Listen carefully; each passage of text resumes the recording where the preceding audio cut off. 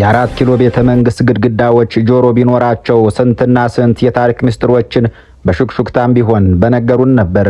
ይህ ግቢ የነገስታት ፉከራ ሰምቷል። የጀነራሎችን በራስ መተማመን አይቷል። በመጨረሻም የስርዓታትን መውደቅ በጸጥታ ታዝቧል። ዛሬ ይዘንላችሁ የመጣነው ታሪክ ከሁሉም ይለያል። ይህ ታሪክ በወታደራዊ ሳይንስና በፖለቲካ ቁማር መካከል የተፈጠረ የታሪክ ስብራት ነው። ጊዜው ገና የለውጥ ማግስት ነው። የስልጣን ነጠቃ የገዛበት ሁሉም ነገር የሚቻል የመሰለበት ወቅት ነው።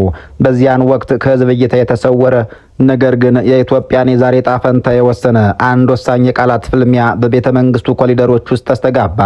አንጋፋው ፖለቲከኛ አባዱላ ገመዳ አደጋውን ቀድመው ታያቸው። ልምዳቸው የነገራቸው አስፈሪ እውነት ነበር። ከፊታቸው ለተቀመጡት በወጣትነትና በድል መንፈስ ለሰከሩት ጠቅላይ ሚኒስትር እንዲህ ሲሉ ተማጸኗቸው። አማሮች መርዞች ናቸውና ይቅርብህ፣ እባክህ በ60ና በ70 ዓመት እጃችን የገባውን ስልጣን ታሳጣናለህ አሉት። ይህ ማስጠንቀቂያ የመጣው ከፍርሃት ብቻ አልነበረም። ይህ ማስጠንቀቂያ የመጣው ታሪክን ከማወቅ ነበር፣ የህዝብን ስነ ልቦና ከመረዳት ነበር። ነገር ግን በወቅቱ የነበረው የቤተ መንግስት ቋንቋ የትምክህት ነበር። የጠቅላይ ሚኒስትሩ መልስ አጭር፣ ኮራ ያለና ዛሬ ላይ ሆነን ስናየው ደግሞ ዘግናኝ ነበር። ከአባዱላ አንደበት በጆሮዬ ሰምቻለሁ ያሉን አንድ ምንጭ እንደተናገሩት በእርግጥም የጠቅላይ ሚኒስትሩ መልስ ዘግናኝ ነበር። ጠቅላይ ሚኒስትሩ ግድ የለም በ3 ቀን እጨርሳቸዋለሁ፣ አማሮችን እናንተ እንደምትፈሯቸው እኔ አልፈራቸውም። በዚያ ላይ አማሮች ላይ እነሱ ካልተሰበሩ የኦሮሞ ስልጣን ሁሌም አደጋ ላይ ነው አሉም። በ3 ቀን፣ አዎ በ3 ቀን። የተከበራችሁ አድማጮች፣ ይህ ቃል ከተተፋ ድፍን 3 ዓመታት ሊሞሉ ወራቶች ብቻ ቀርተዋል። በዓለማችን ታሪክ ውስጥ የ3 ቀን ኦፕሬሽን ተብሎ ተጀምሮ የ3 ዓመት መከራ እሳት የሆነ ሀገርን እየበላ ኢኮኖሚን ያደቀቀና በመጨረሻም የጀመረውን አካል መልሶ የዋጠ እንደዚህ ያለ ጦርነት መቼ ታይቶ ያውቃል? ዛሬ የምንጠይቀው ይህንኑ ነው። በዚያች የትምክህት ቃልና በዛሬው የፍርሃት ድባብ መካከል ምን ተፈጠረ? የ4 ኪሎ ዙፋን ለምን መንቀጥቀጥ ጀመረ? ያ ሁሉ ድሮን፣ ያ ሁሉ ታንክ፣ ያ ሁሉ የፕሮፓጋንዳ ናዳ እንዴት የጎጃምን ገበሬ ሊያንበረክከው አልቻለም? እንዴትስ የወሎን ተራራ ሊያፈራርሰው ተሳነው? የጎንደርና የሸዋ ምሽግ እንዴት ለዘመናዊ ጦር አልበገርም አለም? ይህ ብቻ አይደለም። ታሪኩ እዚህ ላይ ቢቆም የተለመደ የጦርነት ዘገባ ይሆን ነበር። ነገር ግን ጉዳዩ የሰዎችን ልብ የሚሰቅል ሌላ ምዕራፍ አለው። ትናንት በ3 ቀን ሰብረዋለሁ የተባለው ኃይል ዛሬ 4 ኪሎን ረፍት ሲነሳ አዲስና ያልተጠበቀ ዜና ተሰማ። የጠቅላይ ሚኒስትሩ አይኖች ከቤተ መንግስቱ መስኮቶች ወጥተው ወደ ቃሊቲ ወህኒ ቤት አቀኑም። ትናንት ጠላት፣ ጽንፈኛ፣ ሽብርተኛ ብለው ያሰሩትን ሰው ዛሬ የነፍስ አድን ገመድ እንዲወረውርላቸው እየለመኑት ናቸው ተብሏል። ጠቅላይ ሚኒስትር አብይ አህመድ ለክርስቲያን ታደለ መልእክት ልከዋል ተብሏል። ከወገኖች አማሮች ጋር አስታርቀኝ የሚል መልእክት ልከዋል ተብሏል። ይህ እንዴት ያለ የታሪክ ፌዝ ነው? ይህ እንዴት ያለ የፖለቲካ ውድቀት ነው? አስታራቂው ማን ነው? ተሰባሪውስ ማን ነው? እስረኛው ማን ነው? ገዢውስ ማን ነው? በዛሬው ፕሮግራማችን ይህንን የ3 ዓመት የደም ጉዞ ከምኞት ወደ እብሪት፣ ከእብሪት ወደ ጭንቀት፣ ከጭንቀት ወደ ልምምት የተደረገውን አደገኛ ሽግግር በሳይንሳዊ መነጽር እንፈትሻለን። እንዴት የደቡብ አፍሪካው አፓርታይድ ታሪክ በኢትዮጵያ ምድር እየተደገመ እንደሆነ እናያለን። ኔልሰን ማንዴላን ሊሰብር የሞከረው ስርዓት መጨረሻ ላይ እንዴት እግሩ ስር ወድቆ እንደለመነ እያነጻጸርን የኢትዮጵያን ቀጣይ ዕጣ ፈንታም እንተነበያለን። አባዱላ ስልጣናችንን ታሳጣናለህ ያሉት ትንቢት እየደረሰ ነውን? በ3 ቀን ያለቀው አማራው ወይስ የብልጽግናው ተስፋ ነውን? ክርስቲያን ታደለና ጓዶችስ በእስር ቤት ሆነው የኢትዮጵያን ፖለቲካ እንዴት እየዘወሩት ነው? ለእነዚህ ከባድና ወሳኝ ጥያቄዎች መልስ ለማግኘት እስከ ዝግጅቱ ፍጻሜ አብራችሁን ቆዩም።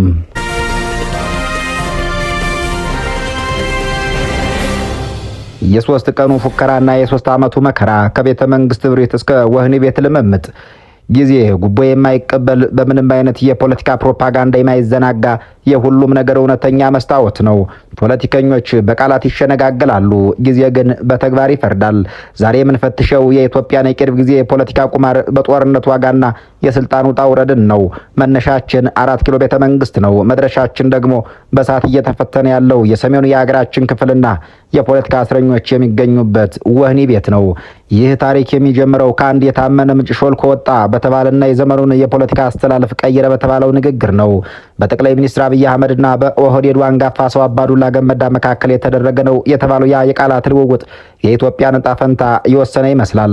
አማሮች መርዞች ናቸው፣ ይቅርብህ እባክህ በ60ና በ70 ዓመት እጃችን የገባውን ስልጣን ታሳጣናለህ ሲሉ አባዱላ ተማጸኑም።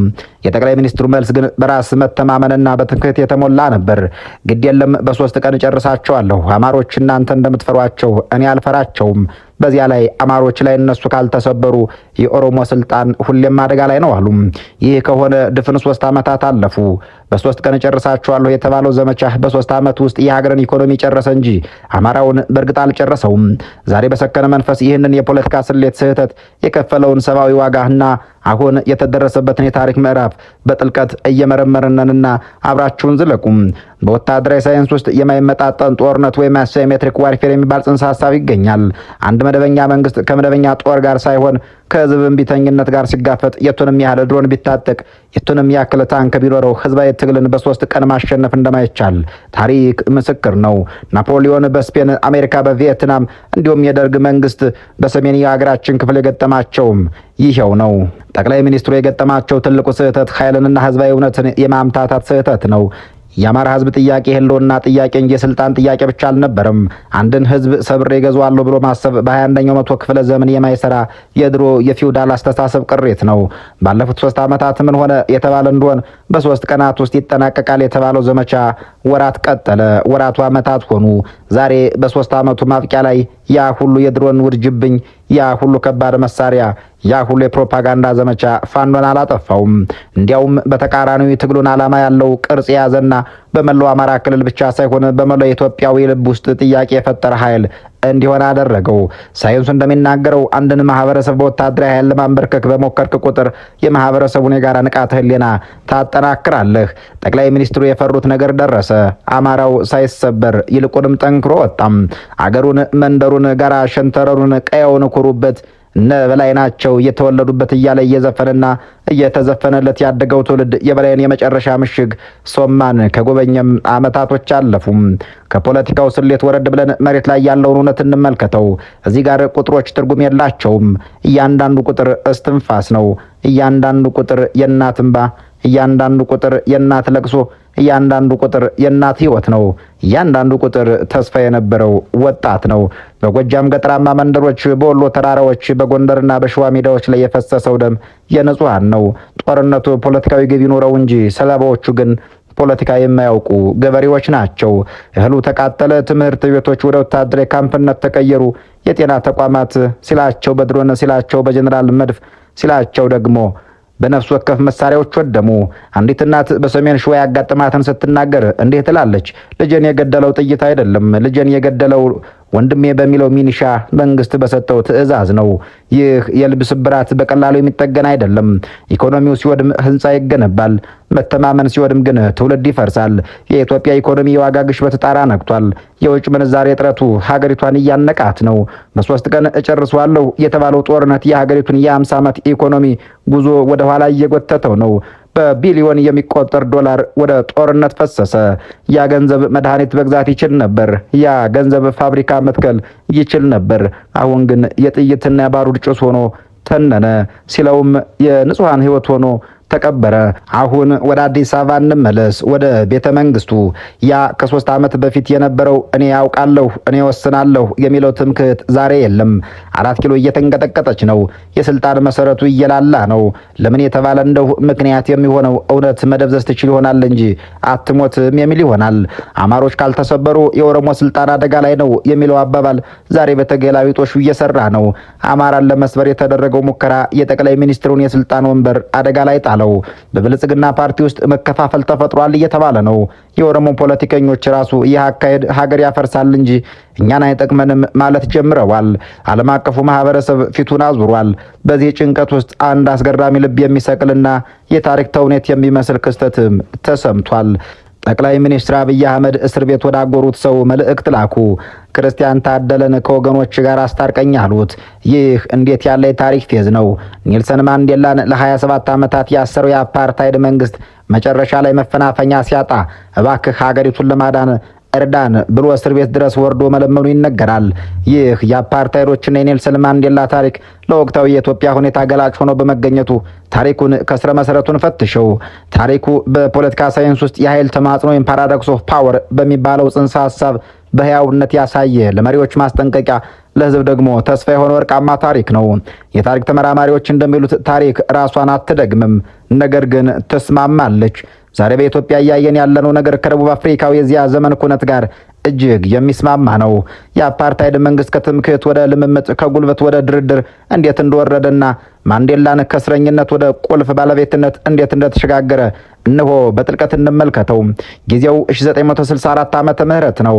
የአፓርታይድ መንግስት መሪዎች በሪቮኒያ የፍርድ ሂደት ላይ ኔልሰን ማንዴላንና ጓዶችን ወደ ሮቤን ደሴት ሲወረውሩ አንድ የትምክህት እምነት ነበራቸው። ትምክህታቸውም ይህንን አሸባሪ ቀብረነዋል፣ ከእንግዲህ የመንግስትን ስልጣን የሚፈታተን ድምፅ አይኖርም የሚል ነበር።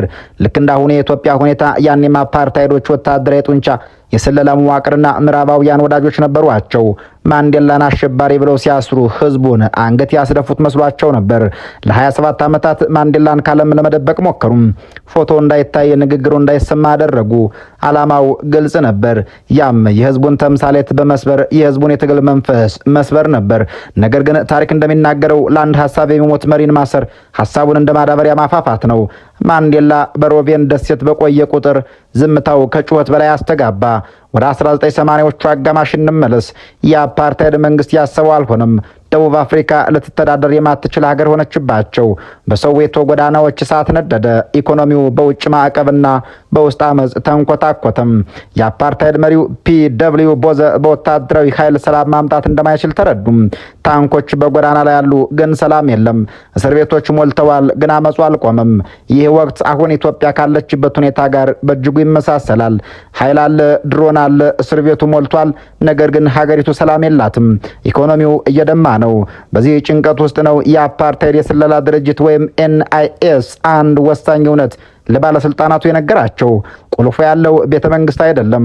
ቁልፉ ያለው እዛው እስር ቤት ውስጥ በቁጥር 46664 እጅ ነው አሏቸው።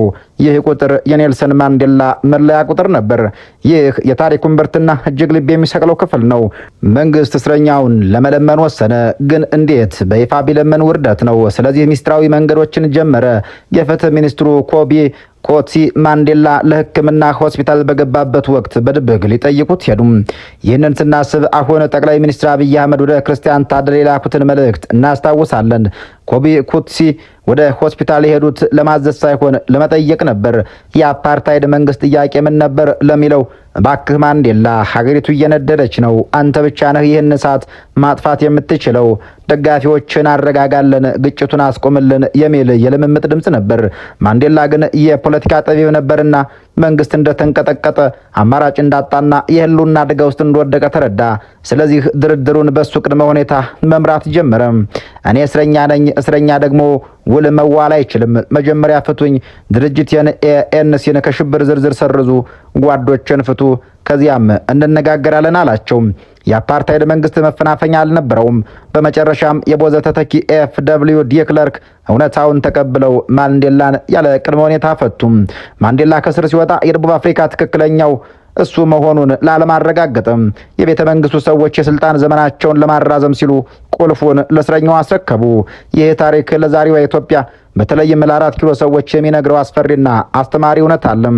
እስረኛ የህሊና ንጉሥ ሲሆን መንግስት አንድን የህዝብ ተወካይ እንደ ክርስቲያን ታደለ ያሉትን ሲያስር አካላቸውን እንጂ ተጽዕኗቸውን ማሰር አይችልም። እንዲያውም መንግስት የፖለቲካና የሞራል ውድቀት ውስጥ በገባ ቁጥር የእስረኛው የሞራል ልዕልና ወደ ሰማይ ይወጣል። ማንዴላ በእስር ቤት ሆኖ ሀገሪቷን ይመራ ነበር። ቦዘ ቤተ መንግስት ሆኖ ምን ማድረግ አልቻለም ነበር። ጉልበት ሲከዳ የአፓርታይድ ከአፍሪካ በወታደራዊ አቅም ቀዳሚ ነበር። ግን ህዝባዊ እምቢተኝነትን ማሸነፍ አልቻለም። በ3 ቀን እጨርሳቸዋለሁ የሚለው ትምክህት በኢትዮጵያም አልሰራም። በመጨረሻም ወደ ድርድር መምጣት እንደሚሆን አያጠራጥርም።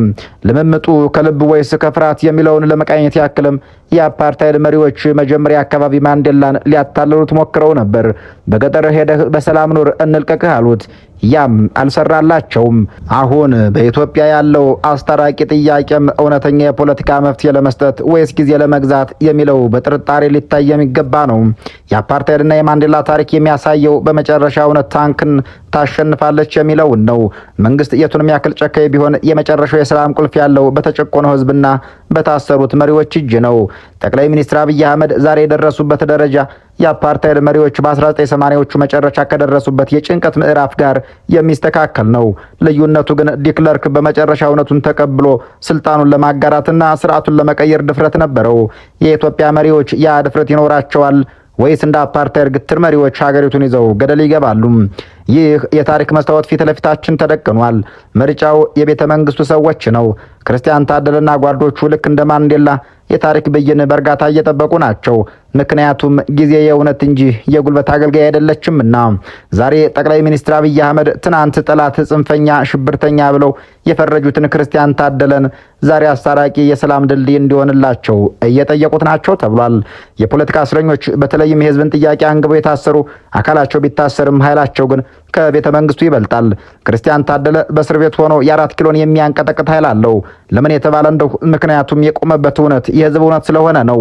ጠቅላይ ሚኒስትሩ ይህንን የተረዱ ይመስላሉ። ኃይል ታንክና ድሮን እንደማያሸንፍ ሲረዱ ወደ ፖለቲካ ጥበብ ለመመለስ እየሞከሩ ናቸው። ግን ጥያቄው ጊዜ አልረፈደም ወይ የሚለው ይሆናል። በእርግጥም ታሪክ ራሱን እየደጋገመ ነው። አባዱላ ገመዳ የ60ና የ70 ዓመት ዕድል እናጣለን ሲሉ የሰጡት ማስጠንቀቂያ የፖለቲካ ትንቢት ነበር። ጠቅላይ ሚኒስትሩ በወቅቱ አልሰሙም። አሁን ግን ያ የ7 10 ዓመታት ዕድል በእርግጥም እያመለጠ ይመስላል። በዚህ ጉዳይ ላይ አስተያየታቸውን የሰጡን አንድ የታሪክ ሊቅ ትምክህት የፖለቲካ መቃብር ነው ይላሉ። ህዝብን አሳንሶ ማየት በ3 ቀን ጨርሰዋለሁ ብሎ መፎከር መጨረሻው ውድቀት ነው። ሊቁ አክለውም ጉልበት ችግርን አይፈታም ይላሉ። የኢትዮጵያ ችግር የፖለቲካ ነው፣ መፍትሄውም ፖለቲካዊ ውይይት እንጂ ወታደራዊ ዘመቻ አይደለም። በተጨማሪም እውነተኛ እርቅ ከልብ እንጂ ከጭንቀት አይመጣም ሲሉ ዘመነኛ ፖለቲከኞችን አባይ በሚል ሸንቆጥ አድርገዋቸዋል። እስረኞችን አስታርቁኝ ማለት ጥሩ ጅምር ቢሆንም ይህ የሚደረገው ከልብ በመነጨ የይቅርታ መንፈስ ነው ወይስ ወንበርን ለማዳን ሲባል ከሚደረግ የጭንቀት ስልት ነው የሚለው ጥያቄ ወሳኝ ነው። ዛሬ ኢትዮጵያ መንታ መንገድ ላይ ነች። በአንድ በኩል የወደመ ኢኮኖሚና የተሰባበረ ልብ አለ። በሌላ በኩል ደግሞ ወደ እውነት የመመለስና የእርቅ ዕድል አለ። 4 ኪሎ መንቀጥቀጡን የምታቆመው ክርስቲያን ታደለን በመማጸን ብቻ ሳይሆን ለአማራ ህዝብና ለጠቅላላ የኢትዮጵያ ህዝብ እውነተኛ ፍትሐዊና ዲሞክራሲያዊ ምላሽ በመስጠት ጭምር ነው። አማራ ካልተሰበረ የሚለው ስሌት ከስሩ ፈርሷል። አማራ አልተሰበረም፣ ኢትዮጵያም አትፈርስም። የሚፈርሰው በትምክህት ላይ የተገነባ የተሳሳተ የፖለቲካ ትርክት ብቻ ነው። ጊዜው የንስሐ የካሳና የእውነተኛ የሽግግር ጊዜ ነው። የ3 ቀኑ ፉከራ አብቅቷል። አሁን ያለው ጥያቄ ይህንን የ3 ዓመት መከራ እንዴት ወደ ዘላቂ ሰላም እንቀይረዋለን የሚለው ብቻ ነው። መልሱ ያለው እዚያው 4 ኪሎ፣ እዚያው ወህኒ ቤትና እዚያው የህዝብ ልብ ውስጥ ነው በሚል እንሰናበታለን። የተከበራችሁ የበራፊ ቤተሰቦች በያላችሁበት ዓለም ሰናይ ጊዜ እየተመኘን በዚሁ እንሰናበታለን።